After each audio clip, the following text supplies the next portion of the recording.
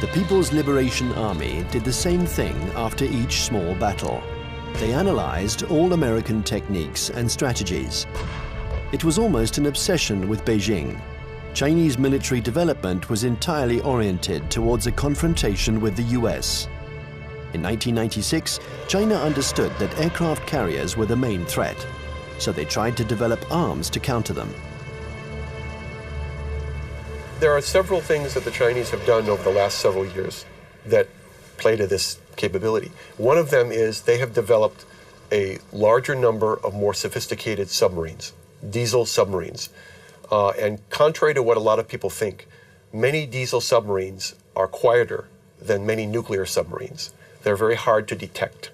The Chinese have built a significant number of new types of diesel submarines. They've also developed a significant number of new varieties of surface warships.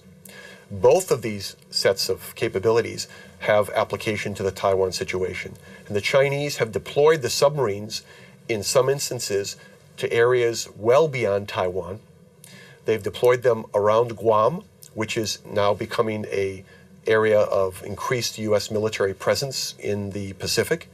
They've shown by doing this that they have the capability to deploy submarines into far deep water areas. And obviously this becomes a potential concern to any carrier battle group commander who wants to bring a carrier up close to Taiwan. We saw last October 26th, our carrier battle group, the Kitty Hawk, was in the waters in the vicinity of Okinawa. And all of a sudden there emerged, right in the middle of the carrier battle group, a very modern Chinese submarine that nobody had seen, nobody had heard. It came up within a few miles of the Kitty Hawk itself. And we know that this submarine is equipped with very advanced torpedoes, and that if it wanted to, it could have sunk our carrier.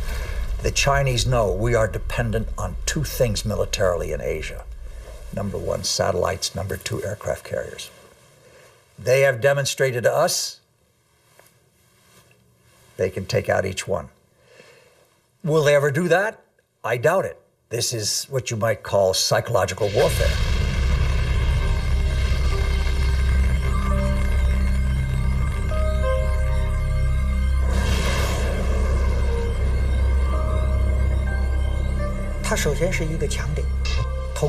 Satellites are an American strong point, but if you look closely, they can also be a weak point. The U.S. relies on satellites to control their entire communications network, and that's a weakness. Today, and we were able to verify this during the last conflicts, the American military depends too much on its electronics and satellites. This dependence reminds me of the Greek legend. The powerful Achilles, who was invulnerable, except for his heel. And satellites are a little like the American Achilles heel. The 11th of September 2006, the People's Liberation Army launched a missile that destroyed one of its own satellites. The explosion in space was obviously immediately detected by the Pentagon. There was consternation in Washington. Nobody had anticipated this Chinese initiative. The Chinese have had an anti-satellite program for some time now, and it's designed primarily to, again, to deter the United States or to complicate U.S. decisions in the event of a crisis. So yes, I think the recent shot by the missile to fire against their own satellite and shoot down their own satellite was designed to convey a signal to the United States about the fact that the Chinese are not simply going to sit back, in their view, and allow the U.S. to have predominant influence. They are going to try to influence the situation, in this case, in sort of an asymmetrical way, by threatening what is regarded as one of the critical areas of U.S. surveillance. The Chinese army has also developed another system to blind American satellites. These are giant lasers that don't destroy them, but blind them enough to make them useless. This isn't science fiction, but a technology that is already in use. And then there exists a still more terrible weapon, a weapon that the Americans and the French have already mastered. Its development was a priority for the Chinese army. The Chinese have followed very closely the American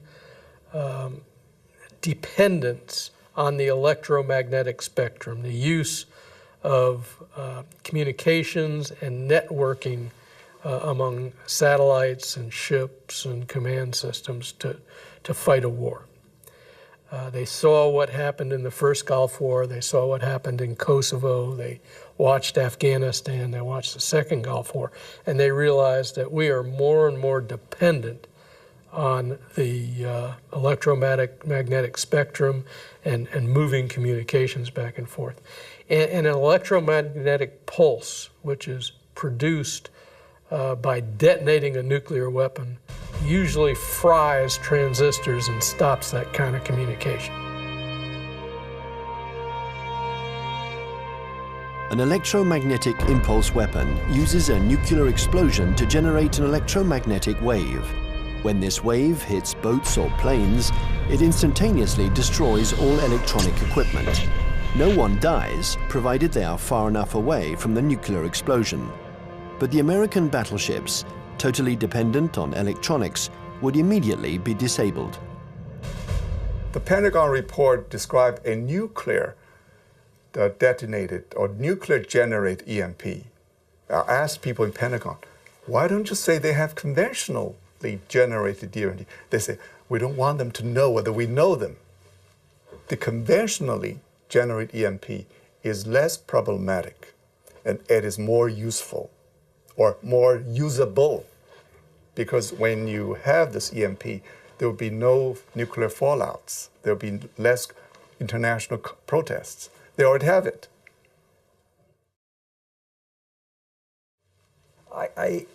Yes, it is like shooting down the satellite, getting the submarine under the aircraft carrier, EP-3 incident offhand. It is, look, we mean business. You pay attention to what we're doing. We're publishing the figures that our military budget is going up because we are creating a strong defense against you.